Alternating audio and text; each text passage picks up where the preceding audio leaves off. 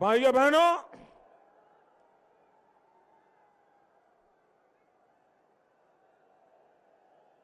जब हम देश के लिए सोचते हैं, सपा सरकार कह रही है काम बोलता है।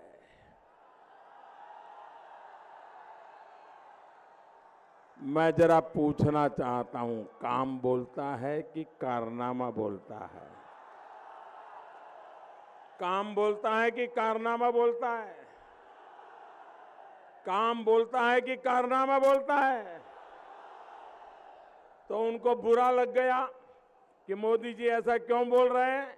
तो मैंने सोचा चलो भाई उन्हीं की सरकार की वेबसाइट देख लें। तो मैंने सपा सरकार की अधिकृत जो वेबसाइट थी वो जरा निकाल के देखा, और वेबसाइट में सपा सरकार ने उत्तर प्रदेश का क्या बुरा हाल किया है वो इसमें लिखा हुआ है। जब मैंने पब्लिक में पढ़ दिया तो लखनऊ से ऑर्डर निकला, सपा सरकार लाल पीली हो गई, बौखला गए। और भाइयों बहनों, जिस वेब पेज पर ये सब लिखा हुआ था, जैसा ही मैंने उनका ही दस्तावेज देश के यूपी के लोगों के सामने रखा तो उनको लगा कि ये तो हमारी पोल खुल गई, कारनामे दिखाई देने लगे। तो उन्होंने क्या किया, तुरंत ऑर्डर किया कि वेबसाइट पर से उस पेज को हटा दिया जाए, और हटा दिया। बताइए, इससे बड़ा कारनामे का कोई सबूत हो सकता है क्या? इससे बड़ा कारनामे का कोई सबूत हो सकता है क्या? भाइयों बहनों, मैं उत्तर प्रदेश भारतीय जनता पार्टी की नेतागिरी को, सारे लीडर्स को बधाई देना चाहता हूं।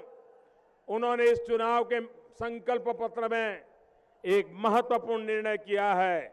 उन्होंने कहा है कि भारतीय जनता पार्टी सरकार बनने के बाद हम छोटे किसानों की फसल का कर्ज माफ कर देंगे। भाइयों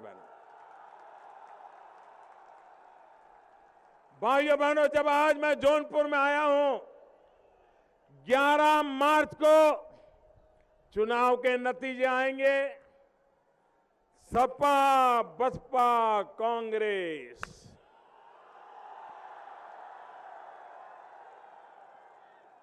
सुपड़ा साफ होने वाला है। भारतीय जनता पार्टी का ज्वलंत विजय होगा। 13 मार्च को सारा हिंदुस्तान होली मनाएगा, रंग भर भर के होली मनाएगा। होली के बाद नई सरकार की शपथ विधि होगी, नई सरकार बनेगी, और सरकार बनने के बाद उसकी पहली मीटिंग होगी।